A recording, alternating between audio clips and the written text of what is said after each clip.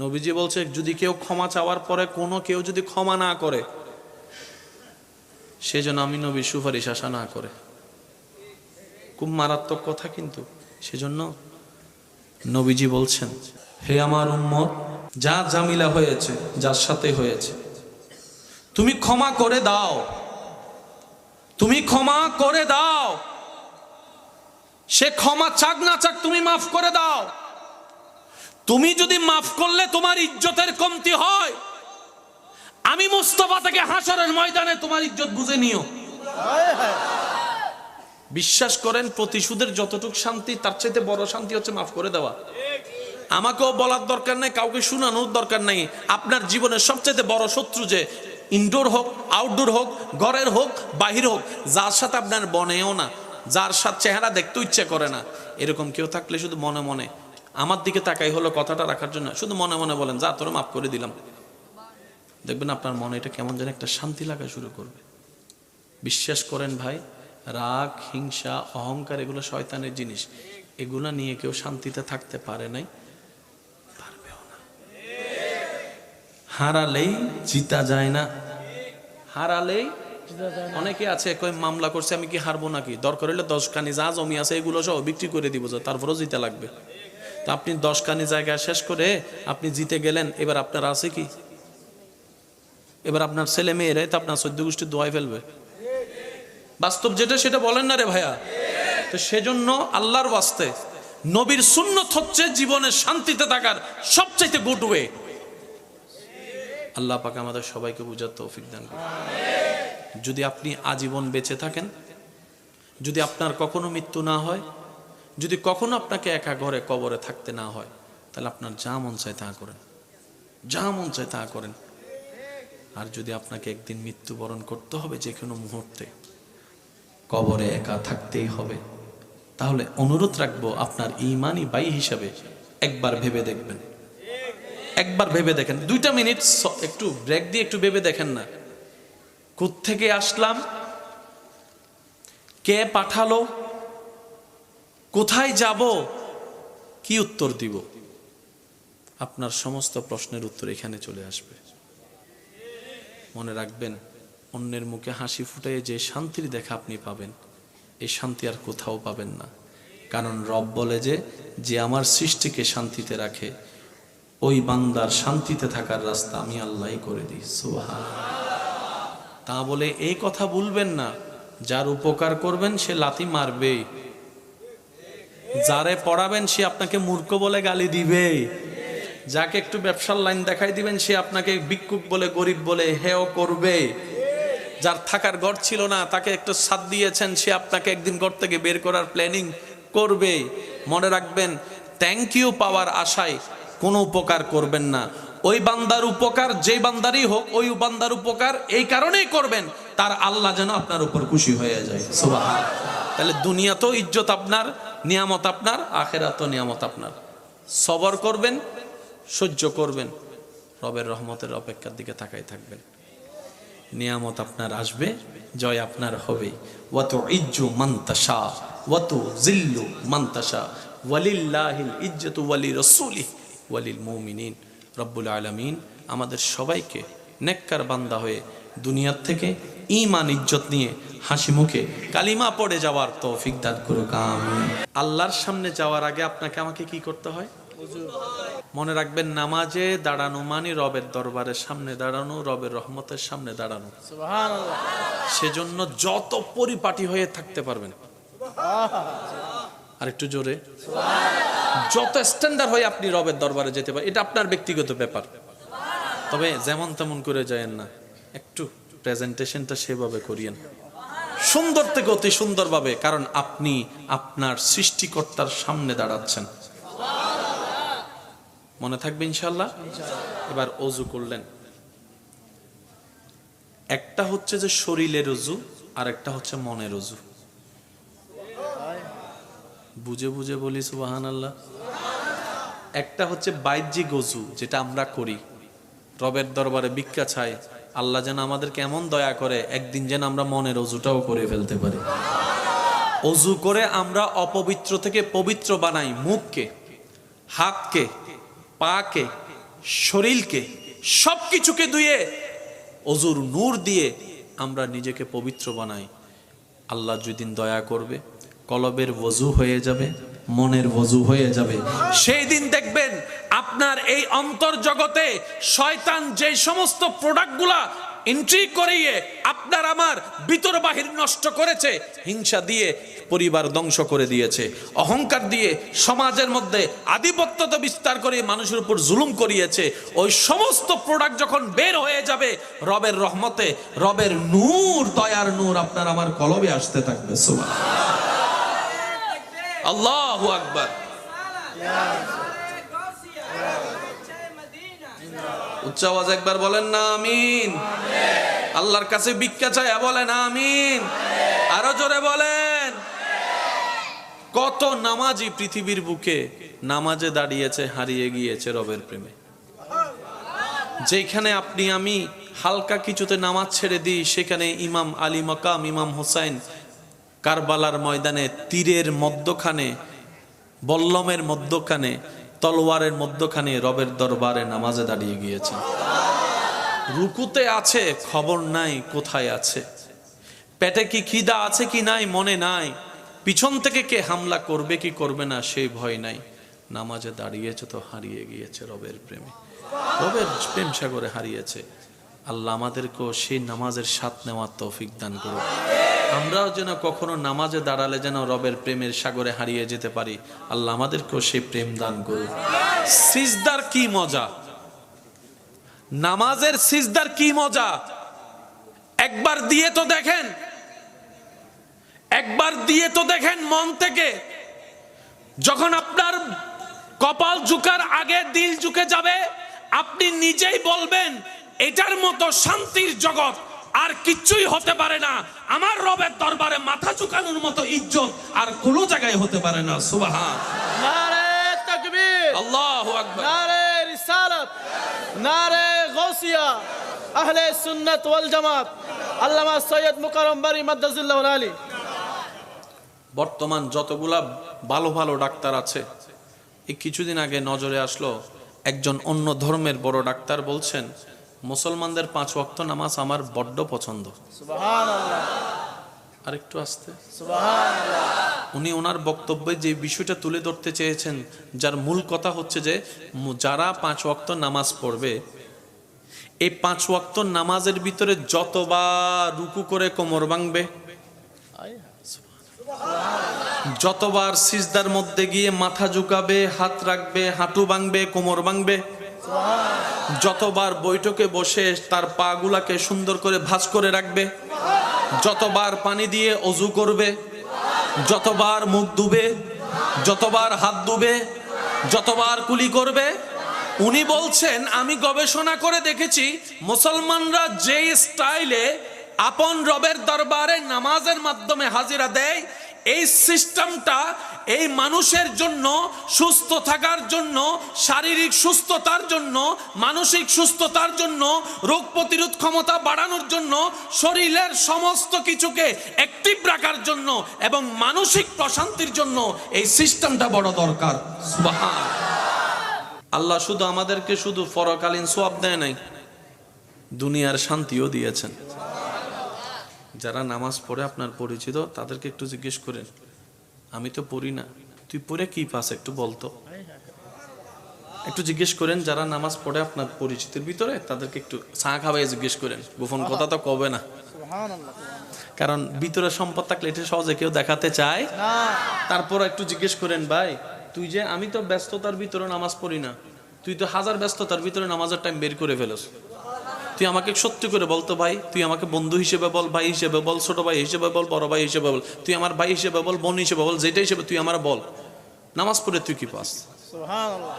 সওয়াবের কথা তুই আমার শুনাইস না, আমি ওটা শুনতে চাই না, তুই শুধু আমার দুনিয়ার কি পাস সেটা বল। সে আশেক উত্তর দিবে, রবের দরবারের সামনে আমার মতো গুনেহগার, আমার মতো পাপী, আমার মতো অনুপযুক্ত ব্যক্তি দাঁড়ানোর যে সৌভাগ্য আল্লাহ দিয়েছেন, এটাই তো বড় দয়া। আমি যে পাপ করেছি, আর রবের দরবার যত রহমতের দামি দরবার, রবের দরবারের আশেপাশে না, 100 মাইল দূরেও থাকার যোগ্যতা আমার কাছে নাই, কিন্তু আমার রব রহমান এত দয়াবান, হাজার গুনাহ করার পরও যখন রবের দরবারে আসি, রব বলে যে রহমতের দরজা খুলে দাও, আমার গুনাহগার বান্দা এসেছে আমি রবের দরবারে। এটা তো বড় দয়া। আমার রব যে আমাকে দাঁড়াতে সুযোগ দিয়েছেন, নামাজ পড়তে সুযোগ দিয়েছেন। সে হয়তো কথার সাথে অ্যাড করে বলবে, আমি যখন নামাজে দাঁড়াই শয়তান ডিস্টার্ব করে, হাজার কিছু মনে এনে দেয়, হাজার ভাবনায় আমার মন চলে যায়, কিন্তু আমি তারপরও রবের সন্তুষ্টির জন্য আমি নামাজে দাঁড়িয়ে থাকি। অনেক সময় আমার সূরা ভুল হয়ে যায়, আয়াত ভুল হয়ে যায়, অনেক সময় তো এমনও হয় 2 রাকাত পড়ছি কিনা 3 রাকাত পড়ছি এই টেনশনের মধ্যেও চলে যায়।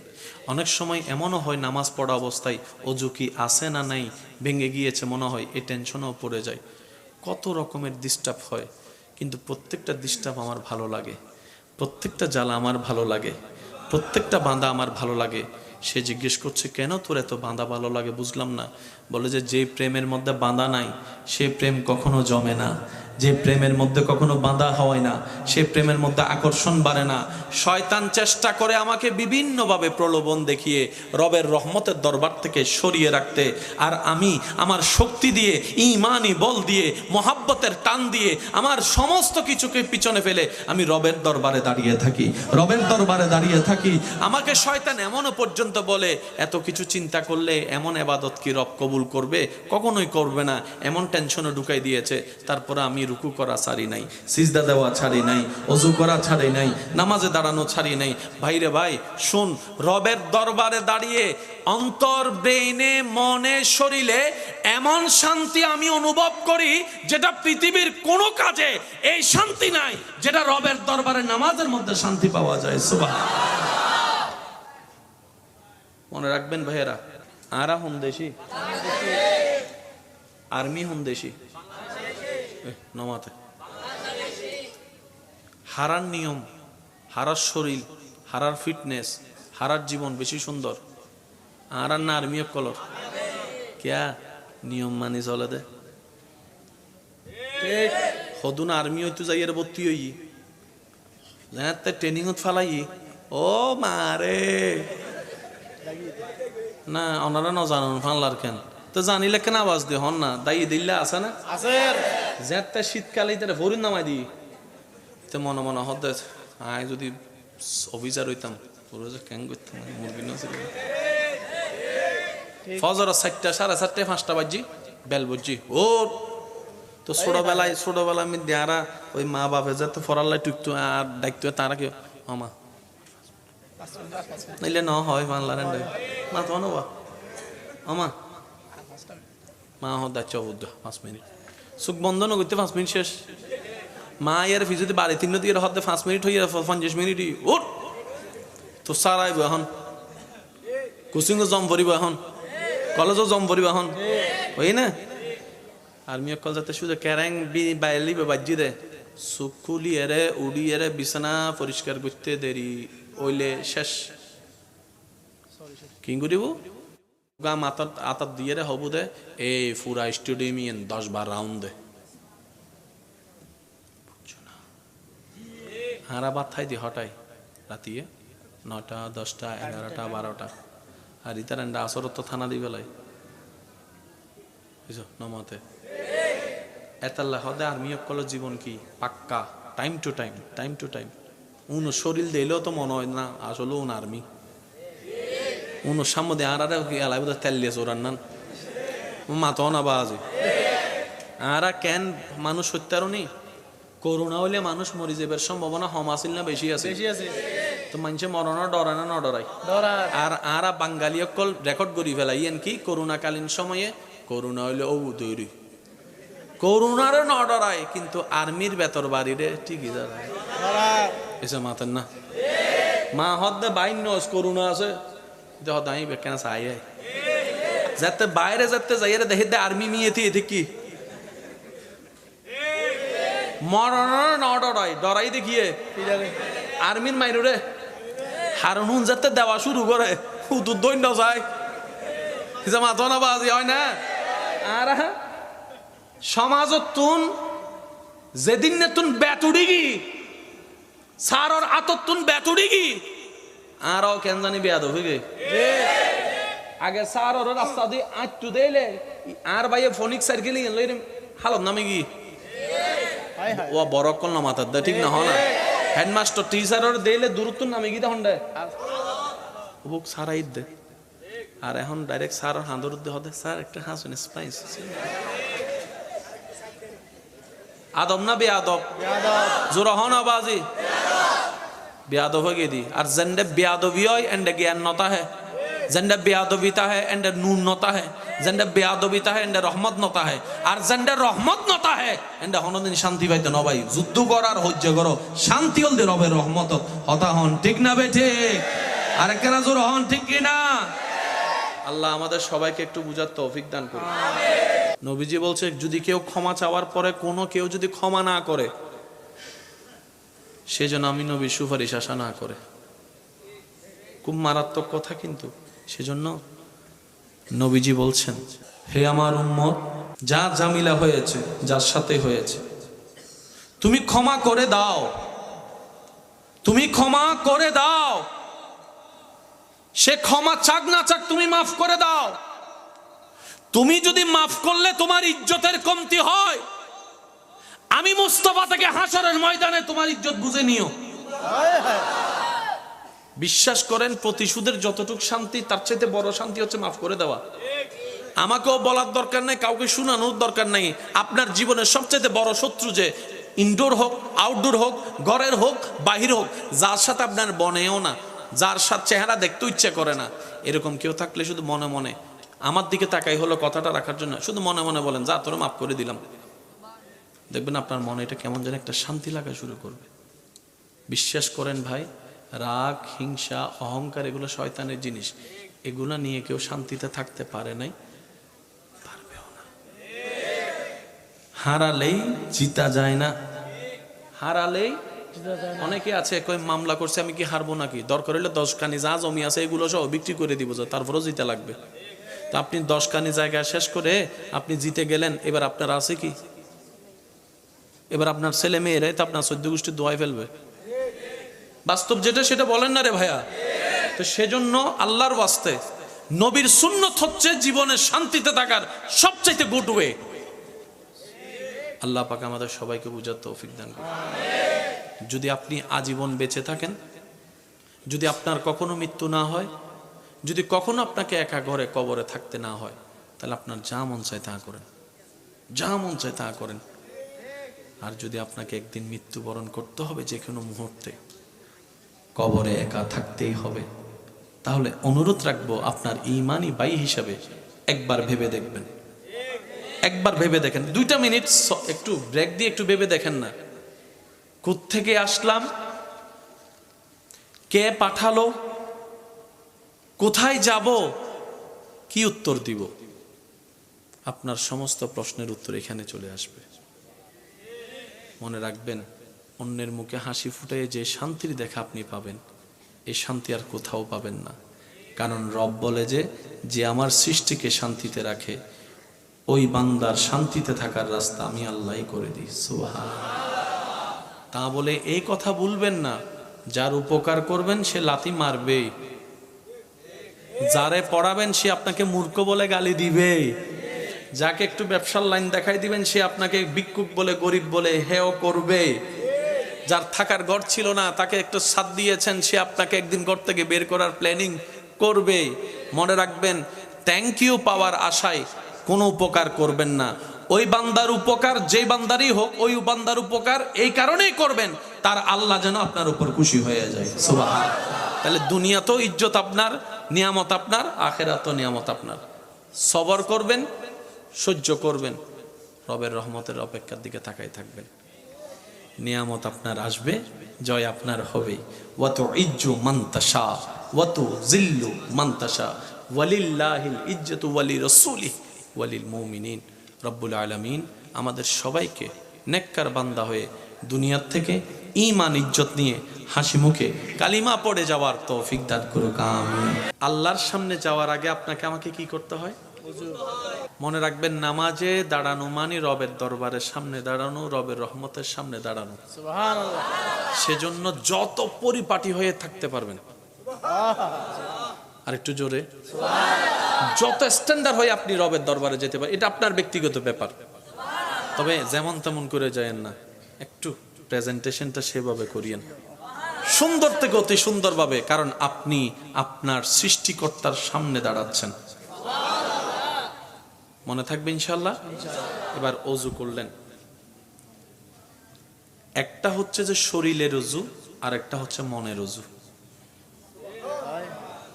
বুঝে বুঝে বলি সুবহানাল্লাহ। একটা হচ্ছে বাহ্যিক অজু, যেটা আমরা করি, রবের দরবারে ভিক্ষা চাই, আল্লাহ যেন আমাদের কেমন দয়া করে একদিন যেন আমরা মনের অজুটাও করে ফেলতে পারি।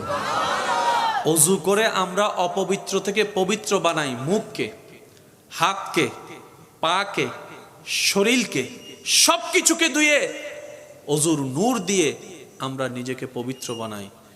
আল্লাহ যেদিন দয়া করবে, কলবের ওযু হয়ে যাবে, মনের ওযু হয়ে যাবে।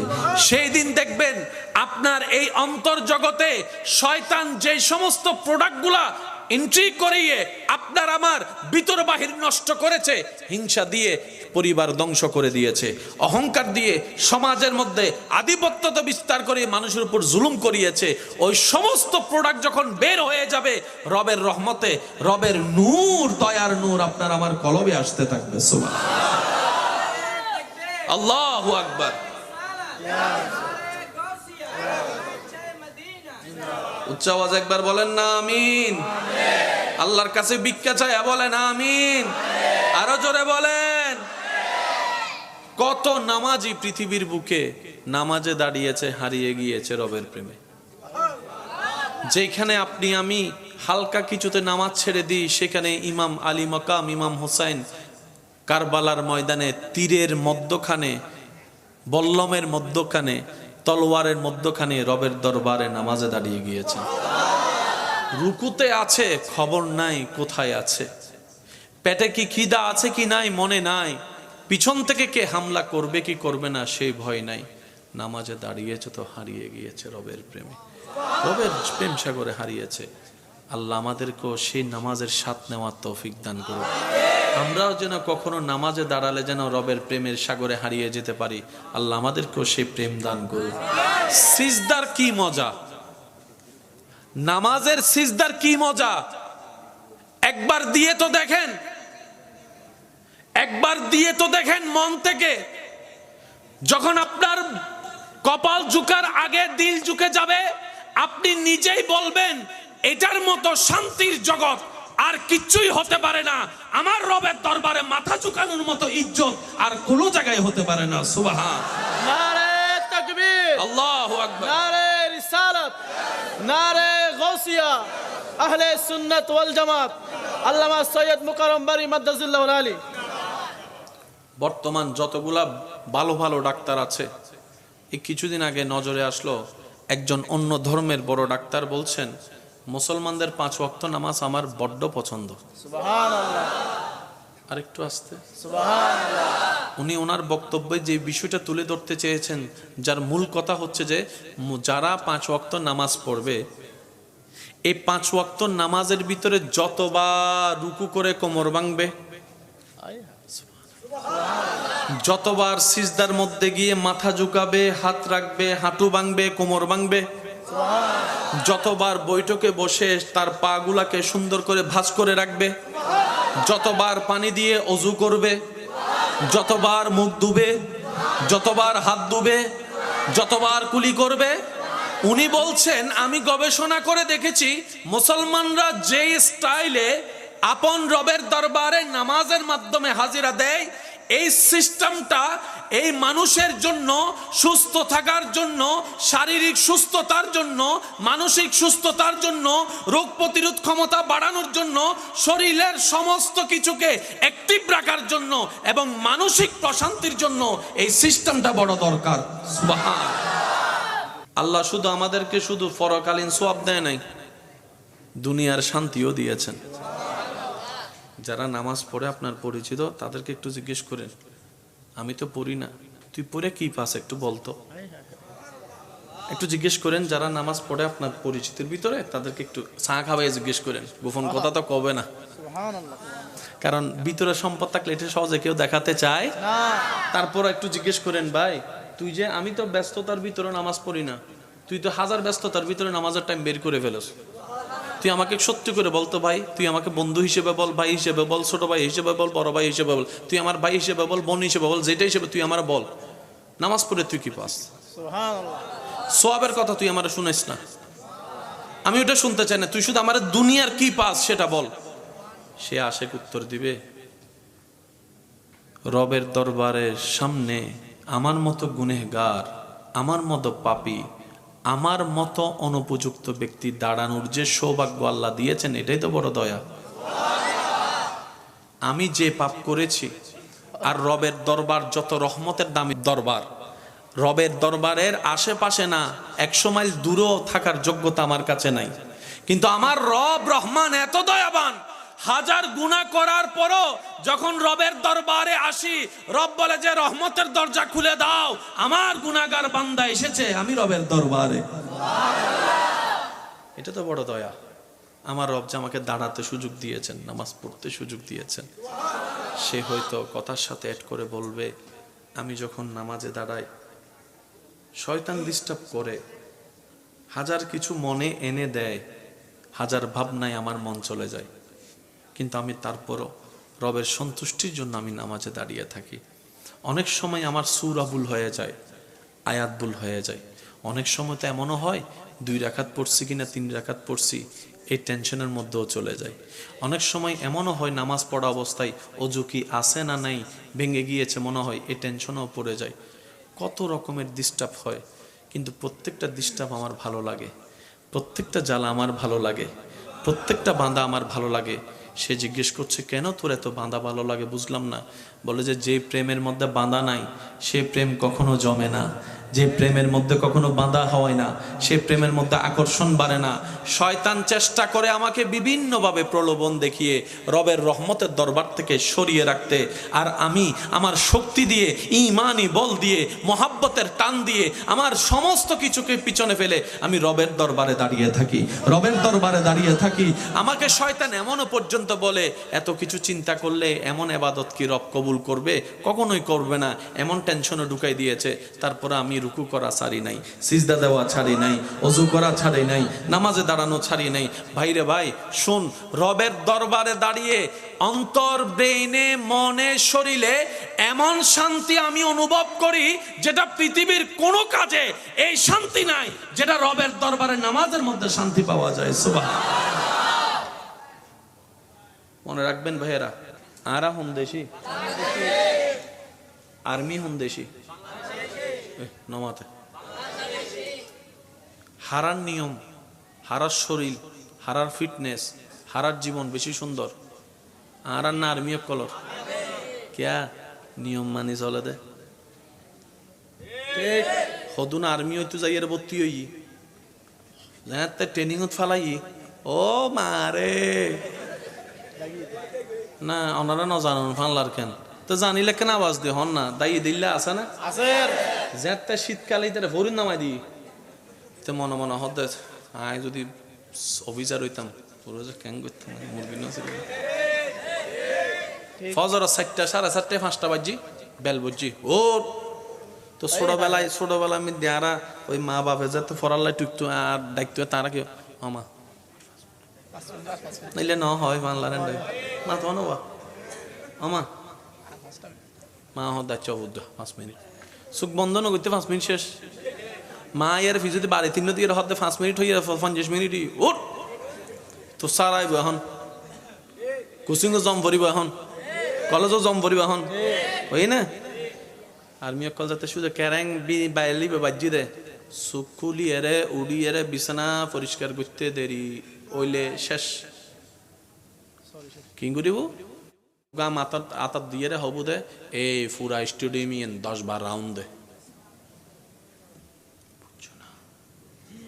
হারা বাদ খাই দি হটাই রাতিয়ে 9টা 10টা 11টা 12টা আর ইতার আসর তো থানা দি বেলায় বুঝছো নমতে এতাল্লা হদে আর্মি অকল জীবন কি পাক্কা টাইম টু টাইম উনো শরীর দিলেও তো মনে হয় না আসলে উন আর্মি উনো সামনে আর এলাই বোধ তেল দিয়ে চোরান নান মাতো না বাজে আরা কেন মানুষ হত্যারও নেই করোনা হইলে মানুষ মরি যাবার সম্ভাবনা কম আছিল না বেশি আছে বেশি আছে তো মানুষে মরণ ডরায় না ন ডরাই ডরার আর আরা বাঙালি অকল রেকর্ড করি ফেলাই এন কি করোনাকালীন সময়ে করোনা হইলে ও তৈরি করোনারে ন ডরায় কিন্তু আর্মির বেতর বাড়িরে ঠিকই দাঁড়ায় ডরার এসে মাতেন না মা হদ্দে বাইন নস করোনা আছে দেহ দাই বেকেন চাই যাতে বাইরে যাতে যাইরে দেখে দে আর্মি মিয়েতি এতে কি মরণের ন ডরাই ডরাই দেখিয়ে কি জানি আর্মির মাইরে হারুন যাতে দেওয়া শুরু করে হুতুর দৈন্য যায় যে মাথা না বাজি হয় না আর সমাজত তুন যেদিন নে তুন বেতুড়ি গি সারর আতত তুন বেতুড়ি গি আরও কেন জানি বেয়াদ হয়ে গে আগে সারর রাস্তা দিয়ে আটটু দেলে আর ভাইয়ে ফোনিক সার্কেল লই হালত নামে গি হাই হাই ও বড় কল না মাথার দে ঠিক না হয় না হেডমাস্টার টিচারের দেলে দূরত্ব নামে গি তখন দেয় বুক সারাই দে আর এখন ডাইরেক্ট স্যার হাঁদুর দে হতে স্যার একটা হাসুন স্পাইস